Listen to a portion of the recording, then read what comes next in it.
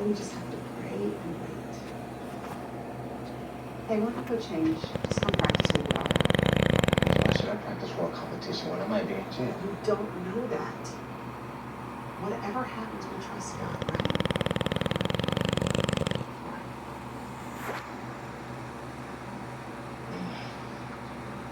This is crazy.